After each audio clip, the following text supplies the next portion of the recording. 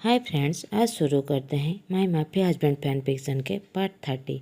पिछले पार्ट में हमने सुना था कि हेवी स्नोफॉल के वजह से वो लोग अपने घर वापस आ जाते हैं। जान जो रास्ते में उसे भूख लगती है तो वो जैसे ही इबो को कहता है तो इबो वहाँ पर रेस्टोरेंट के अंदर चला जाता है खाना लाने के लिए। अब आगे की स्टोरी। अब तक 30 मिनट हो चुके थे, इबो अभी भी वापस नहीं आया था। वहाँ का वेदर जो पूरी तरह ख़राब हो गया था। जैन मम्बल्स करते हुए कहता है, अभी तक वो वापस क्यों नहीं आया है। वो पूरी तरह ओरिड हो गया था। ड्राइवर और गाइड दोनों बातें करने लगते हैं। ड्राइवर कहता है, वेदर आज बहुत ज़्यादा बुरा है। मैंने तो सुना था लास्ट नाइट भी ऐसा ही हुआ था। एक कार तो स्टॉर्म से क्रैश हो गया था। ऑन द स्पॉट पूरे फैमिली वहीं पर ही मौत हो गया था। जान जैसे ही ये बात सुनता है वो पूरी तरह डर जाता है। वो खिड़की से बाहर की तरफ देखने लगता है कि रेस्टोरेंट कहाँ पर है, मगर उसे दूर दूर तक कोई रेस्टोरेंट नहीं दिख रहा था। ये भी स्नोफॉल के वजह से उसे कुछ भी नहीं दिखाई दे रहा था। उसी समय गाइड रेडियो को ऑन करते हुए कहता है, चलो हमें कुछ न्यूज़ सुन लेते हैं जब तक मिस्टर इबो यहाँ पर नहीं आ जाते। जान जो उन लोगों की बातें सुन रहा था, मगर उसकी आंखें बस बाहर की तरफ इबो को ढूंढ रहा था। जान जो विस्पर करते हुए कहता है, मुझे इतना बुरा फील क्यों हो रहा है, जैसे कुछ बुरा होने वाला है। और आंसू भरी आंखों से विस्पर करते हुए कहता है, प्लीज़ इबो वापस आ जाओ। उसी समय रेडियो में एक ब्रेकिंग न्यूज़ दी जाती है, जो सभी के लिए एडवाइस दी जाती है कि सभी अपने घर में या फिर सेफ प्लेस में वहीं पर ही रुक जाए। वेदर बहुत बुरा होने के वजह से हेवी स्नोफॉल स्ट्रॉम होने वाला है, यहाँ तक कि लैंडस्केप भी होने वाला है। और जस्ट एक न्यूज़ आया है, एक इंसान की डेड बॉडी मिला है जिसकी मौत बिग स्ट्रॉम की वजह से हुआ है। तो step safe, don't go out. जैसे ही न्यूज़ सुनता है तो जान डर के वजह से चिल्लाते हुए कहता है, इबो नहीं। वो गाइड जान की तरफ देखने लगता है, कहते हैं, सर आप ठीक है। जान चिल्लाते हुए कहता है, नहीं, मुझे उसे ढूंढना पड़ेगा। ओ गॉड, वो बाहर क्यों गया। नहीं, अब उसके आंखों में आंसू आ गया था। वो बाहर की तरफ जाने लगा था। ड्राइवर और गाइड दोनों चिल्लाते हुए कहता है, सर वेट, आप प्लीज़ बाहर मत जाइए। मगर जान वहाँ से चले जाते हैं।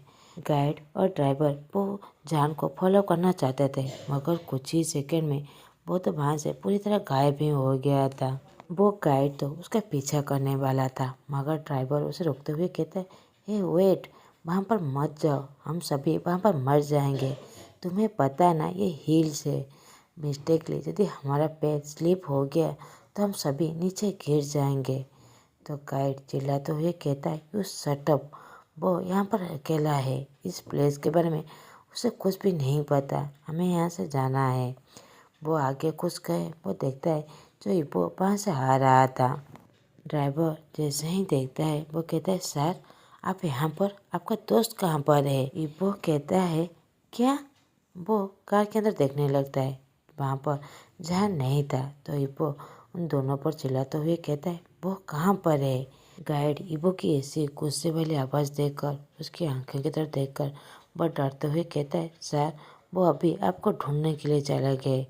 तो इबो गुस्से से उनकी धमकी देखते हुए कहता है, मैं तुम दोनों को मार डालूंगा अगर मेरे हस्बैंड के साथ कुछ भी हुआ तो। और वो फूड के पैकेट को वहीं पर फेंक कर जान को ढूंढने के लिए वो चला जाता है। गाइड और ड्राइवर दोनों पूरी तरह शॉक थे, एक दूसरे की तरफ देखते हुए कहते हैं, क्या, उसके हस्बैंड। तो ड्राइवर उसे होश में लाते हुए कहता है, पहले रेस्क्यू टीम को कॉल करो इमीडिएट। गाइड अपने होश में आते हुए कहता है, हाँ हाँ। ये कहकर वो रेस्क्यू टीम को सारी बातें इन्फॉर्म कर देता है, उसकी लोकेशन और सारे सिचुएशन के बारे में। दूसरी तरफ जान जो चारों तरफ ढूंढते हुए इबो को वो चिल्लाने लगता है, इबो तुम कहाँ पर हो। वो अभी भी उस बर्फीली जगह पर दौड़ के इबो को ढूंढने लगता है। अब वो जोर जोर से रोने लगा था और रोते हुए कहता है, आई एम सॉरी, ये मेरी गलती है, प्लीज़ वापस आ जाओ। वो बड़ी जोर से इबो का नाम चिल्लाने लगता है, मगर उसे कोई भी रेस्पॉन्स नहीं मिलता। वो पागलों की तरह बस इधर उधर दौड़ रहा था। वो अपनी केयर भी नहीं कर रहा था, वो कहाँ जा रहा है, किस तरफ जा रहा है, उसे कुछ भी नहीं पता था। बस वो रोते हुए उसकी आंखें भी अभी ब्लरी होने लगा था। दूसरी तरफ हिप्पो जो जान को वो भी रेस्टलेसली ढूंढ ही रहा था और मम्बर्स करते हुए कहता है, जान प्लीज़ तुम सही सलामत रहना। और वो चारों तरफ देखने लगता है और चिल्लाते हुए कहता है, जान क्या तुम मेरी बातें सुन रहे हो, प्लीज़ आंसर दो।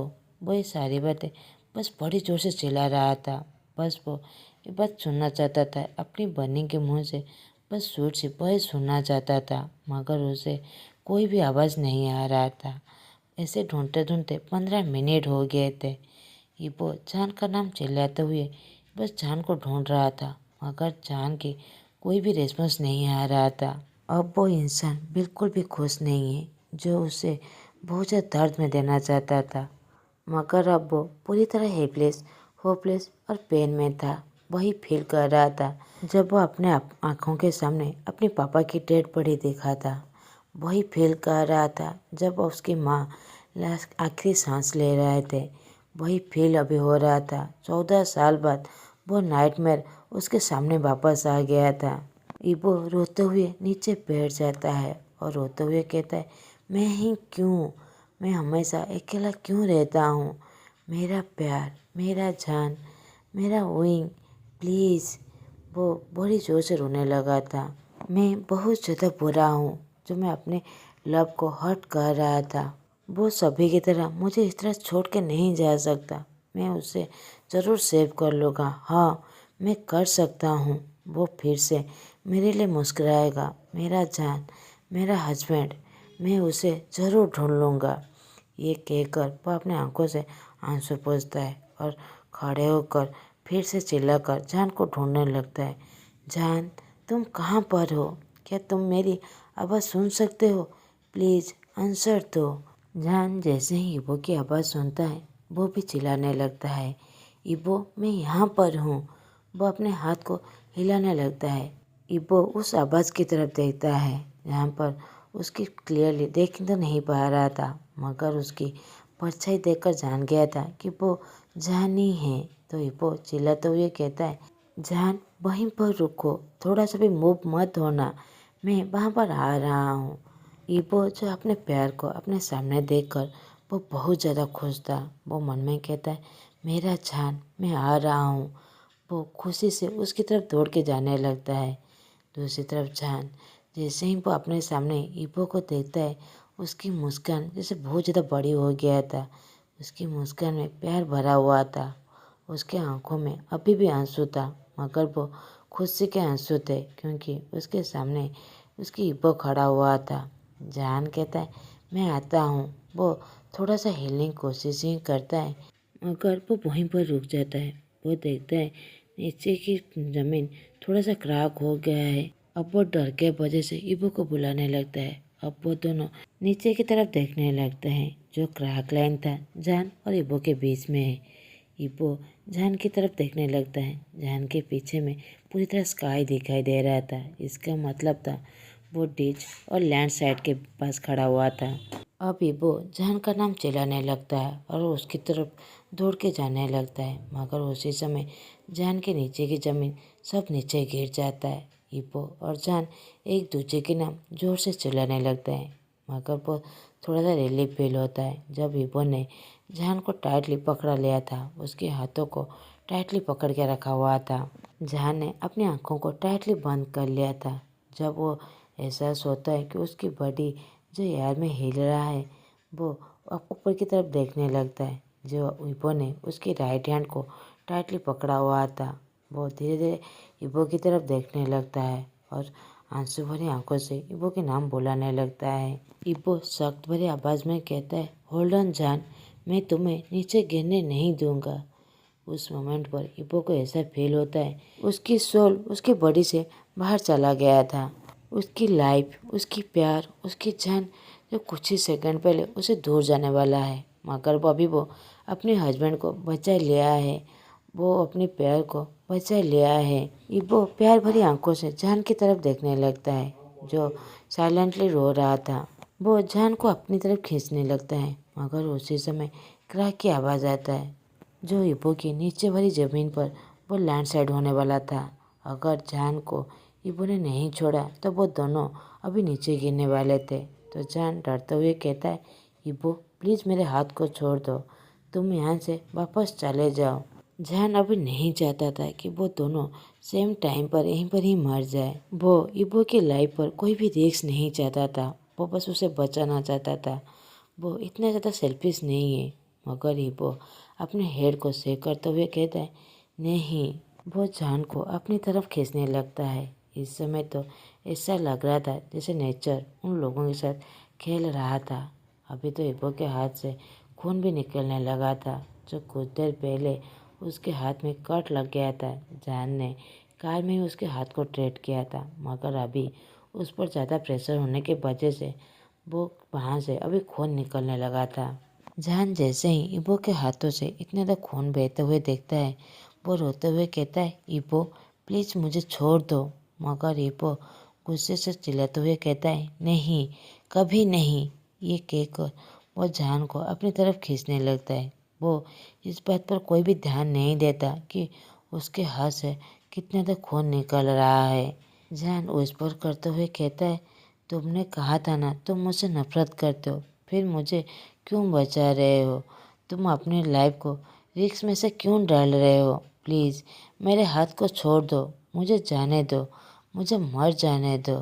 अब इबो को बहुत ज़्यादा बुरा लग रहा था। ऐसा लग रहा था कि वो अभी अपने आप को मार डाले।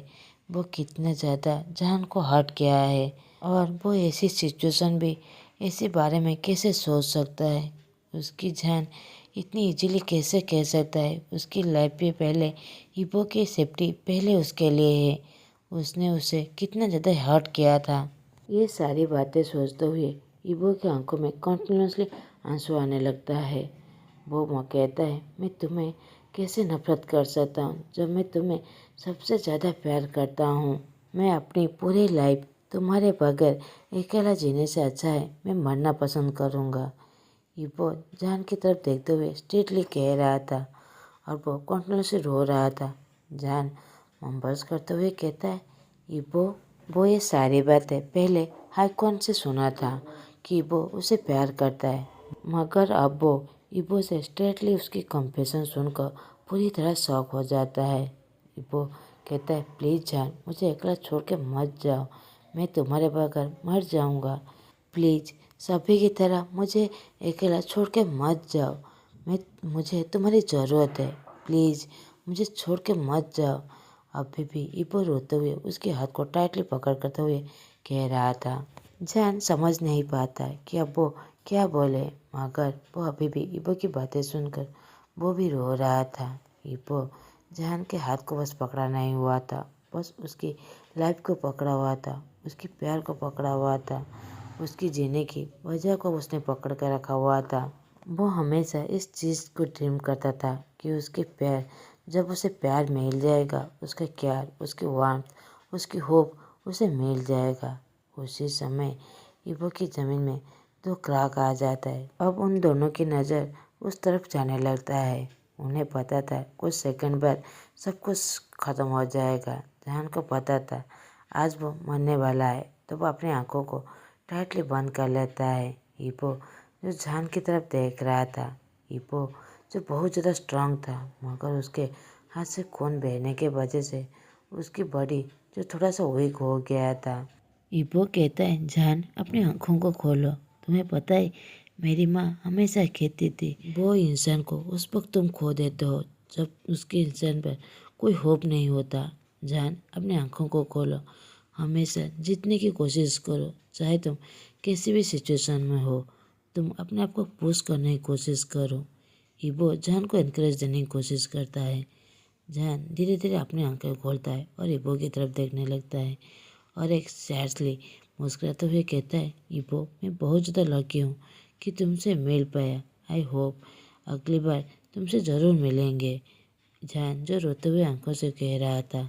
उसके फेस में एक प्यारी सी मुस्कान थी, मगर वो कोई खुशी के आंसू नहीं थे, उसमें बहुत ज़्यादा दर्द था। इबो जान की तरफ देखता है, जान जो अपने हाथ को छुड़ा रहा था। इबो विस्पर करते हुए कहता है, नहीं प्लीज़ जान, नहीं, वो साइलेंटली रो रहा था। वो उसके हाथ को और टाइटली पकड़ने की कोशिश करता है, मगर चन अपने हाथ को उसके हाथ से लूज कर लेता है। आज का पार्ट मैं यहीं पर ही ख़त्म करता हूँ। आप लोगों को मेरा एक्सप्लेनेशन अच्छा लगे तो प्लीज़ लाइक, कमेंट और सब्सक्राइब कर दीजिएगा। Thanks for watching.